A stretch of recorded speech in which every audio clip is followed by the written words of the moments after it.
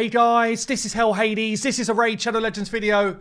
Guys, I just wanted to do a video about the events that are running right now, the glowing portal, and actually try and look at things from a raid perspective, but also try and give you some advice for the future, because although I've been pretty damning on Primal Shards and everything that's going on there, they are unlocking some pretty interesting things. Okay, so we're going to look at it from a different perspective today. One thing which I stand by is this type of deal is horrendous. Like the price point per shard at the moment is kind of disgusting. So I stand by all of that stuff. But I am interested to see this from Plarium's point of view. So let's take a look firstly. We've got a glowing red portal for the first time. Means that we've got a boosted summons on Primal Shards. A 2x chance. This is a bit misleading, everyone. This is misleading because it's not a 2x chance on the one type of champion a lot of people are going to want, which is the mythical. And right now we've got 5 mythicals in the game. I'd say 2 of them are pretty damn crazy. The other 3 are all good. Yeah, there's not a bad one in the bunch. They're a bit harder to use because you have to think a bit more about how to use their kits and stuff. But ultimately, it's like having 2 legendaries in one, and you're choosing which of those legendaries you want to play with in its simplest form. And then in its more complex form, it's like, actually, in certain elements of a fight, I can flip into something else and do something kind of cool, which is, I love the concept of it, right? I really do. I think the concept of the mythical champions is very cool. And actually, they bought them out in a way at the moment that they're not super OP. I would question if some of them are strong enough, actually. But we know more are going to be coming down the line, right? This is going to be their new big push, probably for all of next year. Now, whereas on the monthly updates, we are used to seeing an extra 2, 3, 4, 5 legendaries come in. You know, probably 2 of them at least being voids.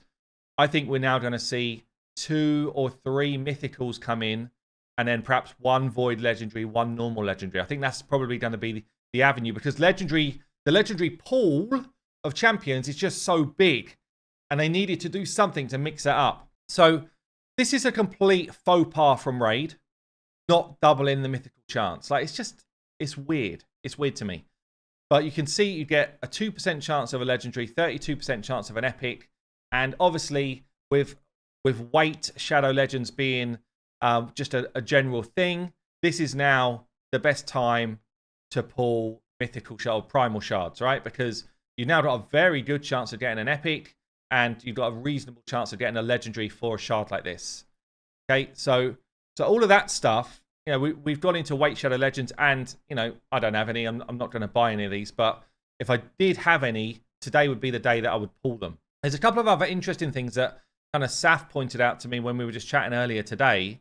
You know, they've started to add Primal Shards in places where they're fairly accessible. Yeah, so 7,500 points is a lot for dungeon divers, but people that play the game a lot and, you know, are not just kind of like going through the motions probably will pick this up. So these are falling now in events and stuff where they're collectible. They're available to be picked up. And also with the introduction now of mythical champions, we're starting to see some of what used to be very difficult things to get, like legendary steel tomes, are starting to drop down in the point scoring elements of stuff like summon rushes, because they got to put the new super premium currency at the far end with these mythical tomes. So, you know, the Krakens will still pop all of their shards and get themselves some nice juicy new champions, and they'll get their mythical steel tomes for these events. But for the more regular players, we should start to see like legendary steel tomes just becoming a little bit more accessible for players, which is quite interesting. One of the other things which I wanted to touch on here, and again, I was having a little debate with Saf on this one earlier, because this is what I mean about where do raids see a Primal Shard. We've seen where they see it in terms of price point, yeah? Pretty much £8, $8 to $10, pounds, whatever you're going for. An Ancient Shard, I don't buy unless they're basically £1.